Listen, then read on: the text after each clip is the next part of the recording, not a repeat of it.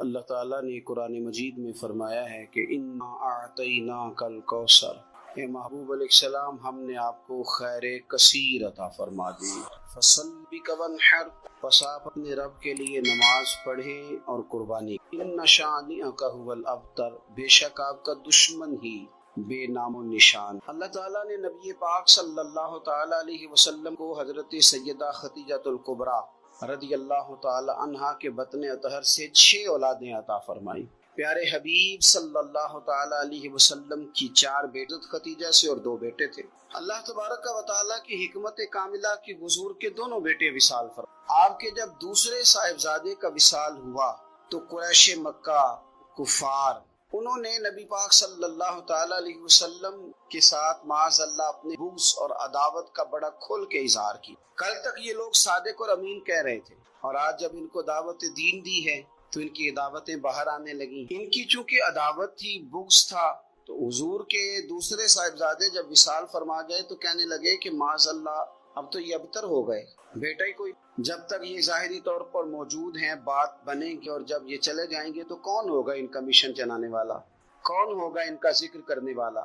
بس معاذ اللہ خوشیاں منانے لگے، بغلے بجانے لگے۔ یہ کفار مکہ کا طریقہ ہے، قریش مکہ کا، مشرکین کا طریقہ ہے۔ مسلمان کا یہ طریقہ نہیں کہ وہ مخالف کو مصیبت میں دیکھ کے تو خوشی کا اظہار کرے، یہ مسلمان کا طریقہ نہیں۔ جس شخص کے ساتھ ہمارا کسی وجہ سے اختلاف رائے ہو جاتا ہے، وہ معاذ اللہ کسی مشکل میں گرفتار ہو جائے تو ہم بڑا اظہار مسرت کرتے، دیکھا نا اب جو ہو، میں تو پہلے ہی کہہ رہا تھا، وہ ہمیں تو ہمارے بزرگوں نے فرمایا ہے کہ دشمن مرے تے خوشی نہ کریے، کیوں سجنا بھی تے مر جانا ہے، اوڑکتے دن آیا محمد اور کڑی نو ڈوب جانا۔ اپنا رویہ کبھی بھی اتنا سخت نہ کریں، لہجے میں اتنی تلخی نہ لائیں کہ سامنے والے پہ مصیبت آ رہی ہے، اور نبی پاک صلی اللہ علیہ وسلم نے فرمایا اگر تم کسی کی مصیبت کو دیکھ کے خوشی کا اظہار کرو گے نا، اسے اللہ نجات دے دے گا، تمہیں مصیبت میں مبتلا کر دے۔ کبھی بھی اظہار نہ کریں، کبھی بھی کسی بھی موقع پر کسی کو مشکل میں دیکھ کر اس طرح کا رویہ اختیار نہ کریں۔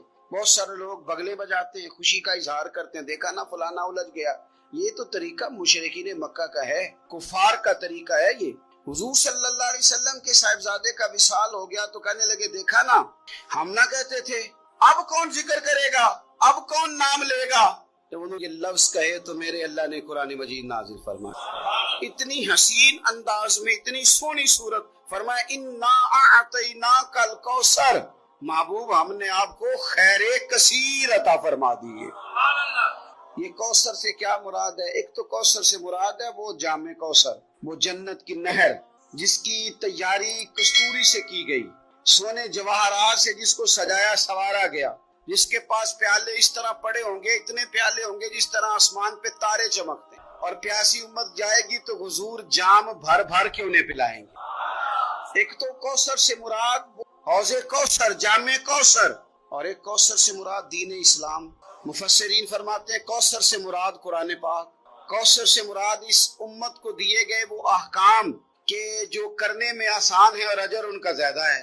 کوثر سے مراد نبی پاک کے معجزات، اسی کوثر سے مراد رب فرماتے حبیب انا اعطیناک الکوثر، جس طرح کی اولاد آپ کو دی ہے کسی کو نہیں دی، آپ کی بیٹیاں، آپ کے نواسے، آپ کے شہزادے، انا اعطیناک الکوثر۔ کیا شان ہے سیدہ زینب کی، کیا شان ہے حضرت رقیہ کی، کیا شان ہے ام کلثوم کی، سیدہ طیبہ طاہرہ ام کلثوم، کیا شان ہے سیدہ فاطمہ الزہرا کی، کیا مقام ہے مولا علی شیر خدا، کیا رتبہ ہے امام حسن کا، کیا مقام دیا ہے اللہ نے امام علی مقام امام حسین کو۔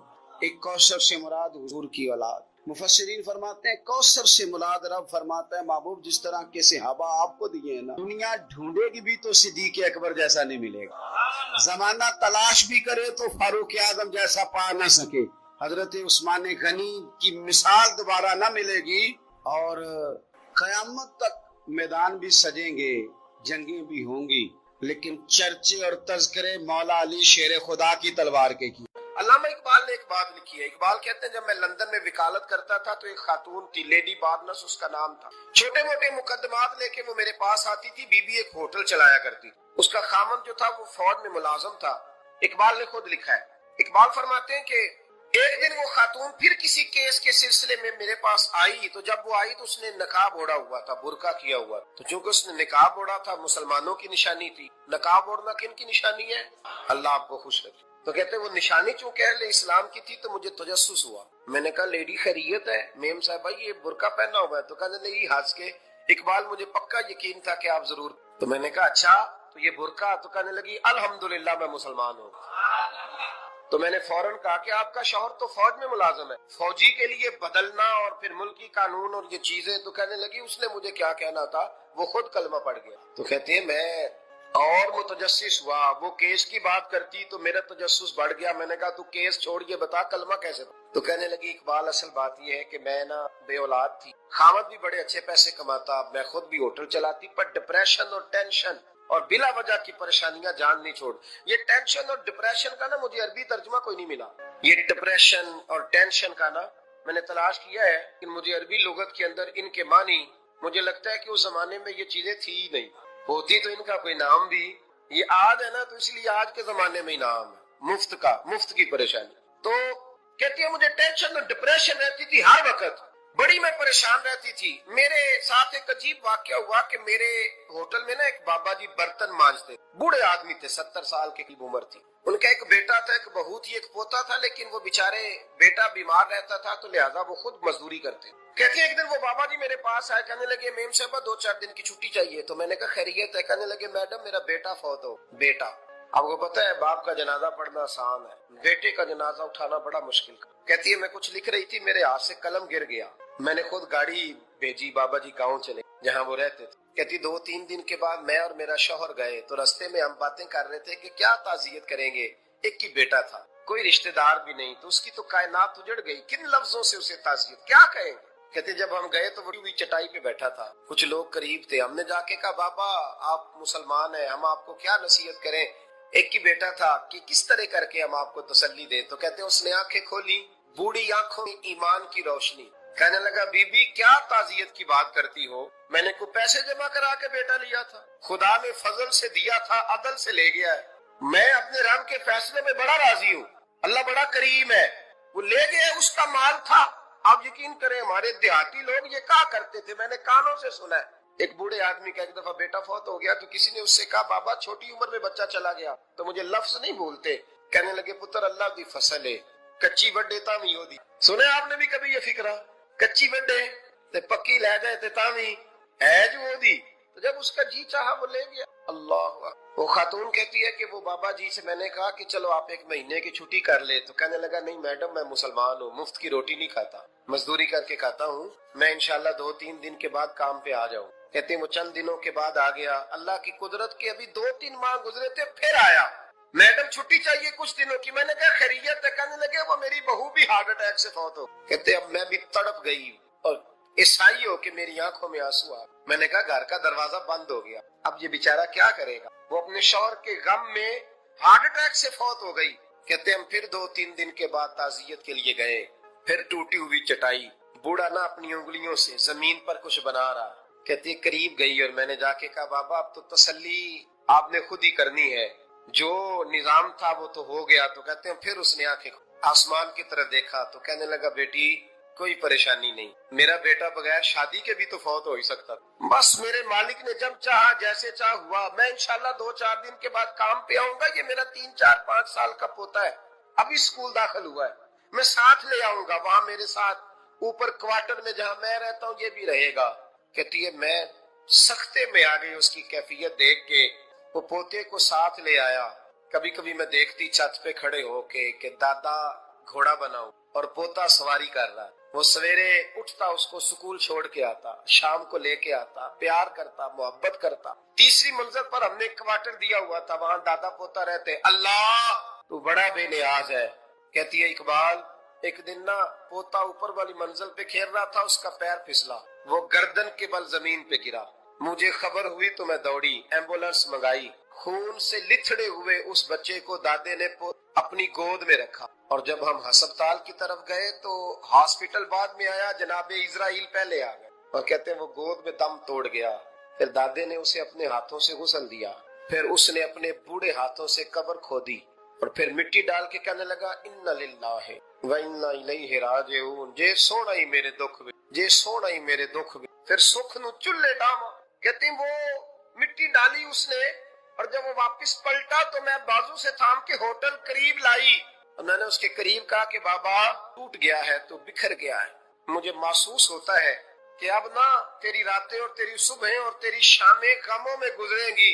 تو کہتے ہیں یوں اس نے ہاتھ رکھے اور یوں آنسو چھٹک دیے، کہنے لگا میڈم کیوں میرے اندر کوئی عقیدہ نہیں، میں کوئی لوارث ہوں، میرا کوئی رب نہیں، میں کیوں پریشان رہوں گا، میں تو پکا ہوا پھل ہوں، تھوڑے دن گزرے گے قبر میں جاؤں گا، اور جب جنت میں جاؤں گا تو اللہ میری بیٹے سے بھی ملاقات کرائے گا، میرے پوتے سے بھی ملاقات کرائے گا، میرا رب ساری ملاقاتیں کرا دے گا، میں اپنے اللہ کی رضا میں بڑا راضی ہوں۔ وہ خاتون کہتی ہے میرا اور میرے شوہر کا کلیجہ پھٹنے لگا، میں نے کہا بابا یہ جذبہ کہاں سے ملتا ہے، یہ سکون کہاں سے آتا ہے، یہ کیفیت کیسے ملتی ہے؟ مجھے کہنے لگا تو نے لینی ہے؟ میں نے کہا ہاں۔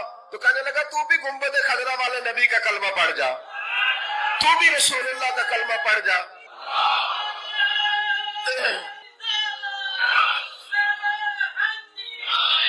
میرے محبوب کا کلمہ پڑھ، اللہ تجھے سکون عطا کرے۔ ایک حدیث نہ پڑھ دو مسلم شریف سے، بخاری سے ایک حدیث نہ پڑھ لو تاکہ یہ بات مضبوط ہو جائے۔ حضرت ابو طلحہ رضی اللہ تعالی، بیٹا شدید بیمار، مزدور آدمی تھے، کئی دنوں سے گھر تھے، بیوی کہنے لگی اگر آپ گھر میں بیٹھے رہیں گے تو کھائیں گے کہاں سے، جاؤ آپ مزدوری کرو، میں بیٹے کو دیکھتی۔ ابو طلحہ مزدوری کرنے چلے گئے، شام کو آئے تو بیٹا فوت ہو چکا۔ عورتیں بے حوصلہ ہوتی ہے نا اکثر، پر بیوی نے سفید کپڑا ڈال کے کمرے میں رکھ بیٹا، ماں اور بیٹا ناپ تک ہے رشتہ، بیٹے میں سفید چادر ڈال کے کمرے میں رکھ دیا۔ حضرت ابو طلحہ انصاری آئے، بیٹے کا کیا حال ہے؟ کہنے لگی اللہ کی رحمت میں۔ اللہ کی کیسا جملہ ہے؟ اللہ کی رحمت میں ہے۔ خامد نے کھانا کھایا، بیوی سے ملنے کو دل کیا تو ملاقات ہوئی، فارغ ہو کے بیٹھے تو خاتون اٹھ کے نہ خامد کے قریب اس کا ہاتھ تھاما، کہنے لگی نبی کریم علیہ السلام کے صحابی ہو، ایک مسئلہ دریافت کرنا تھا، بتاؤ گے؟ پوچھو۔ کہنے لگی اگر کوئی آپ کے پاس امانت رکھوائے اور پھر اپنی امانت واپس مانگے تو کیا کرو گے؟ حضرت ابو طلحہ کہنے لگے پوچھنے والی کیا بات ہے، جس کی امانت ہے واپس کر دیں گے۔ اب زوجہ روئی، اب صبر والی بی بی روئی، اب ماں روئی، آنسو ٹپکے، آنچل سے پوچھ کے کہنے لگی ابو طلحہ وہ بیٹا بھی اللہ کی امانت اور رب اپنی امانت لے گیا ہے، اٹھو غسل کفن کا بندوبست کرو۔ حضرت ابو طلحہ اٹھے، کامتے کامتے ہاتھوں سے غسل کفن دیا، مسجد نبوی میں پہنچے، محبوب کی بارگاہ میں عرض کیا تو رسول کریم فرمانے لگے تیرے اور تیری بیوی کے عمل سے اللہ بھی بڑا راضی ہے، اللہ کے رسول بھی بڑے راضی ہیں، اور اللہ تجھے برکت عطا کرے گا۔ صحابہ کہتے ہیں پھر اللہ نے انہیں 9 بیٹے عطا فرمائے، پھر اللہ نے انہیں اللہ کی رضا پہ راضی رہنا سیکھو، اللہ کے قریب چلے جاؤ گے، اللہ کی رضا پہ۔ حضرت سفیان ثوری دعا مانگ رہے تھے، یا اللہ راضی ہو جا، یا اللہ راضی ہو جا، یا اللہ راضی ہو جا، دعا مانگ رہے تھے۔ بی بی رابعہ بصری پردے کے پیچھے بیٹھی تھی، جب دعا لمبی ہو گئی تو کہنے لگی سفیان بس کر، کوئی اگلا لفظ بھی بول، بس کر۔ آپ فرمانے لگے تجھے کیا ہوا؟ تو کہنے لگی تو کب سے کہہ رہا یا اللہ راضی ہو جا، یا اللہ راضی ہو جا، پہلے اپنے دل پہ ہاتھ رکھ کے بتا تو اللہ سے راضی ہے؟ تو راضی ہے اللہ سے؟ تو روز نہیں کہتا پیسے نہیں ہے میرے پاس مجھے دے، تو روز نہیں کہتا یا اللہ فلانی چیز کوئی نہیں دے، اے اللہ فلاں کو دے دیا مجھے کیوں نہیں دیتا معاذ اللہ، تو روز شکوے نہیں کرتا؟ فرمایا پہلے تو راضی ہو جا۔ ترمذی شریف کی حدیث ہے، میرے نبی کریم علیہ السلام نے فرمایا تم اللہ کے دیے ہوئے تھوڑے رزق پہ راضی ہو جاؤ، اللہ تمہاری تھوڑی عبادت سے راضی ہو جائے۔ دیکھیں نا امام حسین کا آخری جملہ کیا ہے میدان کرب، آخری جملہ کیا ہے؟ میں 5000 مسجد دے کے کہتا ہوں دیا نہیں میں نے، اللہ بڑا راضی ہے مجھ سے، 5 نمازیں پوری نہیں پڑھتا۔ امام علی مقام نے نا دل، کلیجہ، جان، اولاد ہر چیز نکال کے رکھ دی، تو آخری جملہ یہ تھا اے اللہ بتا تو حسین سے راضی ہے کہ ناراض ہے؟ اللہ تو راضی ہے کہ ناراض ہے؟ بھائی پہلی بات رحمت الہی، دوسرا اللہ کی رضا پہ، یعنی عجیب بات ہے نا، جب اللہ کروڑوں دے تو دنیا چھپاتی ہے، اور جب تھوڑا کاروبار ٹھنڈا ہو جائے تو ساری دنیا کو دنیا بتاتی ہے۔ تو جب میں تو کہہ رہا ہوں کہ میں بندہ ڈھونڈ رہا ہوں جو مجھے ملے، آ کے کہے کہ شکر کا طریقہ بتاؤ، تو مل ہی نہیں رہا، کو ملے جو کہے بڑی خیر ہے، ہر لحاظ سے اپنے رب سے راضی ہوں، مل ہی نہیں رہی دنیا۔ تیسری بات، اگر اللہ کے قریب جانا ہے، یہ ان لوگوں کے لیے جو معرفت الہی کے متلاشی ہیں، وہ خاص طور اگر رب کے قریب جانا ہے تو پھر ایک ذہن بنائیں کہ میرا رب میرے ساتھ، میرا رب میرے نحنو اقرب الیہ من حبل الورید. اور درویش کہتے ہیں جے میں تینوں اندر جانا تو پھر مقید جانا، جے میں تینوں باہر جانا تے اندر کون، اندر بھی تو ہے تے باہر بھی، وچ بلا کون نمانا. پھر تصور کریں کہ اللہ میرے ساتھ ہے. حضرت جنید بغدادی رحمت اللہ علیہ کہتے ہیں میں نے اپنے مرشد سے کہا کوئی وظیفہ جو پڑھا کروں، فرمانے لگے جنید پڑھا کر کہ اللہ میرے ساتھ ہے اور اللہ مجھے دیکھ رہا ہے. یہ وظیفہ پڑھا کر. کیمرے لگا دیے ہر جگہ ہماری گورنمنٹ، کہتے ہیں کیمروں کی مدد سے پکڑا گیا، کیمروں کی مدد سے مسجدوں کے دروازوں پہ کیمرے، ایئرپورٹوں پہ کیمرے، ریلوے اسٹیشن پہ کیمرے، بڑے بڑے جنرل سٹور پہ کیمرے. نیچے لکھا ہے خبردار کیمرے کی آنکھ آپ کو دیکھ رہی ہے. کیمرے کی آنکھ دیکھے تو لوگ گناہ نہیں کرتے، تو یہ کیوں نہیں سوچتے کہ رب ہمیں دیکھ رہا ہے؟ یہ تصور کیوں نہیں جمتا کہ رب ہمیں. اور اللہ فرماتے ولی من خاف مقام ربہ جنتان، جو اللہ کے سامنے کھڑے ہونے سے ڈر جائے گا نا، اللہ اسے 2 جنتیں عطا فرمائے گا. اللہ اسے ایک دفعہ اگر کوئی ڈر گیا اللہ کے سامنے کھڑے ہونے، کتنی دفعہ بولے تو صحیح. اس پر ہمارے مفسرین نے لکھا ہے کہ کبھی زندگی میں ایسا ہو کہ گناہ پر ہمارا پورا قبضہ ہو گیا ہو، گناہ پورا قابو میں آ گیا، اب کوئی روکنے والا نہیں، تو فرمایا جو اس وقت اللہ کے خوف سے ڈر جائے گا اللہ اسے 2 جنتیں عطا فرمائے گا. امام شافعی رحمت اللہ علیہ کے زمانے میں نا ایک بادشاہ کا اپنی بیوی سے جھگڑا ہو گیا، تو وہ بھی ملکہ تھی، کسی بادشاہ کی بیٹی تھی، شہزادی تھی. اس نے بھی سخت جملہ کہا، کہنے لگی چل دور ہٹ جہنمی معاذ اللہ. اب اس نے اپنے خامد کو جہنمی کہا تو کہا، وہ کہنے لگا اس کا خامد کہ اچھا تو مجھے جہنمی کہتی ہے، جا پھر اگر میں جنتی نہیں تو 3 طلاقیں. اب کیسے ثابت ہو کہ جنتی ہے کہ جہنمی، کیسے پتہ چلے گا؟ علماء سے پوچھا تو وہ کہنے لگے ہم کیسے بتائیں، کون ڈگری دے کہ تو جنتی ہے کہ جہنمی ہے. بات دور نکل گئی. امام شافعی کے پاس گیا، وہ رسوخ رکھتے ہیں علم فقہ کا، ان کے پاس گیا، جا کے کہنے لگا حضور یہ مسئلہ ہے. امام صاحب فرمانے لگے اکیلے میں مجھے ملتے ہو؟ وہ اندر آیا، کچھ دیر گفتگو ہوئی تو امام صاحب فرمانے لگے لو جی یہ بندہ جنتی ہے، اس کی بیوی کو طلاق ہوئی، یہ جنتی ہے. آپ کو پتہ ہے لوگ فتویٰ جلدی دے دیتے ہیں. کچھ لوگ خلاف تقریریں کرنے لگے کہ بادشاہ تھا تو امام صاحب نے بچا لیا، کیسے آپ نے ڈگری دے دی کہ جنتی ہے جی. تو امام صاحب کہنے لگے تم بحث نہ کرتے تو میں بات پردے میں رہنے دیتا. سنو، میں نے بادشاہ کو تنہائی میں بلا کے پوچھا ہے کہ کبھی اللہ سے بھی ڈرے ہو؟ صرف اس لیے کہ اس وقت اللہ دیکھ رہا ہے. یہ نیت کبھی بندوں سے ڈر کے تو بندے بڑے گناہ نہیں نہ کرتے، کبھی اللہ سے ڈر کے بھی چھوڑا ہے. تو بادشاہ کہنے لگا بالکل چھوڑا ہے. میری ایک کنیز تھی بڑی خوبصورت، غریب گھر کی ملازمہ، غریب گھرانے کی تھی. ایک دن میں آیا تو میرے کمرے میں صفائی کر رہی تھی. معاذ اللہ میرا اس پہ دل آ گیا، میں نے دروازہ بند کر لیا. دنیا کی کوئی طاقت نہیں تھی، میرا اپنا محل تھا، مجھے کچھ دیکھ بھی لیتا تو کسی میں جرت نہیں تھی مجھے منع کرنے. اور میں چونکہ حکمران تھا، مطلق العنان تھا، کوئی شکایت بھی نہ کرتا. لیکن جب میں نے اس کی طرف ہاتھ بڑھایا تو اس نے ایک ہی لفظ کہا، کہنے لگی تو اللہ سے نہیں ڈرتا، تو اللہ سے نہیں ڈرتا. کہنے لگا کوئی نہیں تھا امام صاحب مجھے منع کرنے والا، کوئی نہیں تھا. لیکن جب اس نے کہا تو اللہ سے نہیں ڈرتا تو میں کانپنے لگا. میں نے اس سے معافی مانگی، غریب ملازمہ سے میں نے بادشاہ ہو کے معافی مانگی. میں نے معافی مانگی، پھر میں نے دروازہ کھولا، کہتے وہ چلی گئی. امام صاحب کہنے لگے اٹھ میرے سینے سے لگ. کہا حضور کیا ہوا؟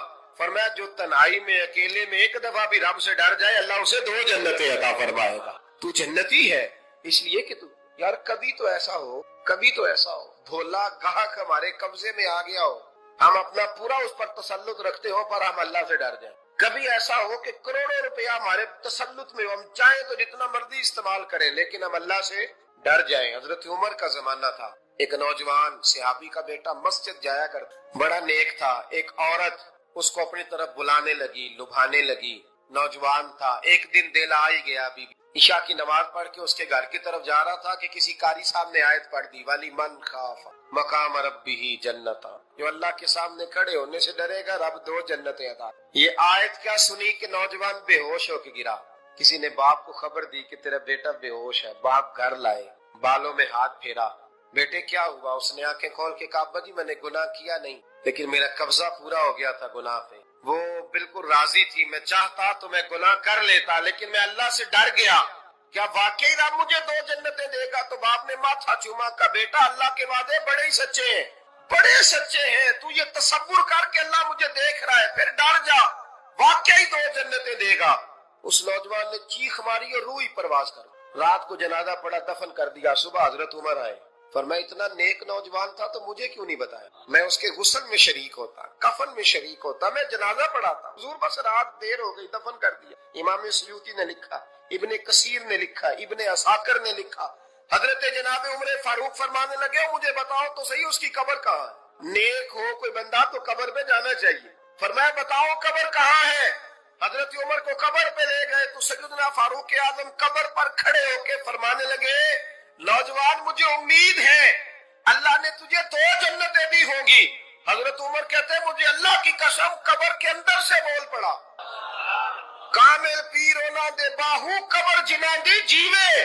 قبر کے اندر سے بول پڑا کہنے لگا عمر امید والی بات نہیں، میرے رب کے وعدے بڑے سچے ہیں، اس نے واقعی مجھے 2 جنتیں عطا فرمائی، اس نے واقعی 2 جنتیں دی. کبھی کوئی کام تو ایسا ہو جو صرف اللہ سے ڈر کے چھوڑا جائے، ہونا چاہیے کہ نہیں ہونا چاہیے؟ آپ یقین کریں بچوں سے ڈر کے ہم نے بڑے کام، بھائیوں سے ڈر کے، دنیا داروں سے ڈر کے، اور کبھی کبھی میں کہہ دیتا ہوں کہ بہت سارے ماں باپ نے اولاد سے ڈر کے چھوڑا، بہت سارے استاد شاگردوں سے ڈرتے ہیں، الا ماشاءاللہ کچھ پیر مریدوں سے ڈرتے ہیں. کاش ہم اللہ سے ڈرنا. جب رب سے ڈرو گے پھر کسی اور سے نہیں ڈرو گے. اللہ کا خوف سنوارتا ہے، سجاتا ہے، یہ ذہن بنائے. حضرت سیدنا عبداللہ ابن عمر رضی اللہ تعالیٰ عنہ کر رہا تھا تو صحرا میں کھانا کھانے کے لیے بیٹھا، ایک چرواہا بکریاں چرا رہا تھا. میں نے دعوت دی روٹی کھا لو، کہنے لگا میں نے روزہ رکھا ہے. آپ فرماتے غریب آدمی تھا، نفلی روزہ. میں اٹھ کے قریب گیا، میں نے کہا پتہ تو کروں صرف روزے دار ہے کہ نیک بھی ہے؟ صرف کچھ روزے دار ہوتے ہیں پر نیک ہے؟ ناراض نہ ہو جائیے گا، حضرت عبداللہ ابن عمر کی بات کر رہا ہوں. کچھ نمازی ہوتے ہیں پر نیک، حاجی ہوتے ہیں پر نیک، وہ تقوی نہیں اختیار کرتے، مقاصد نماز اور مقاصد روزہ نہیں جانتے. کہتے میں قریب گیا تو میں نے جا کے اسے کہا یہ بکری بڑی پیاری ہے، بیچ نہیں دیتا میرے ہاتھ؟ کہنے لگا میری نہیں، میں تو چرواہا ہوں، تنخواہ پہ بکریاں چراتا ہوں، کسی اور کی ہے، مالک کوئی اور ہے. تو فرماتے ہیں میں نے اسے کہا کہ مالک کو کہہ دینا کہ ایک بکری بھیڑیا لے گیا تھا، یہ 300-400 بکریاں، مالک کو کیا پتہ، کہنا ایک بھیڑیا لے گیا ہے. تو کہتے ہیں اس نے داڑھی جھاڑی تو گرد اڑی، غریب آدمی مٹی میں لتڑا ہوا لیکن اس کی آنکھوں میں اتنی روشنی.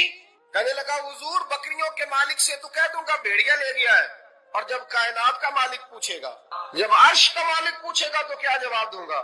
آپ فرماتے میں واپس آیا، میں نے پتہ کیا کس کا غلام ہے، پہلے غلام خریدا، پھر بکریاں خرید، پھر وہ بکریاں اسے تحفے میں دے دی. کہنے لگا حضور یہ کیا ہے؟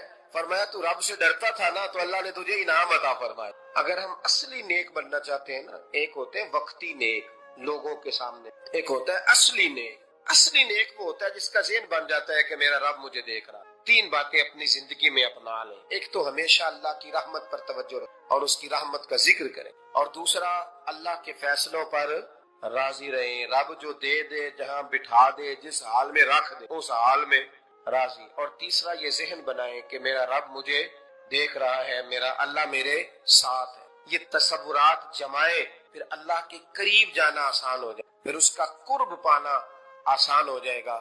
اللہ سمجھنے کی توفیق عطا فرمائے.